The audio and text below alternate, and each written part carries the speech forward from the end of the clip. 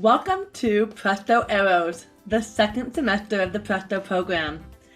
Now that our right hand is well developed, we are bringing in the left hand. What took the right hand 15 weeks is going to take the left hand 4 weeks. What's so exciting about this semester, and if you will turn to the back of your songbook, you will see, is the challenge songs. The challenge songs are going to take all these concepts that we have learned to the next level, and it's also going to take performance to the next level. These songs are show-off worthy, so fun to learn, and push the kiddos.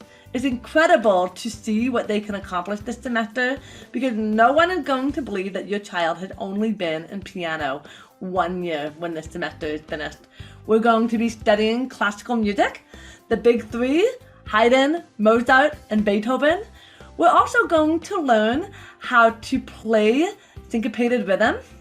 This is rhythm that's not played on beat, it has an off beat.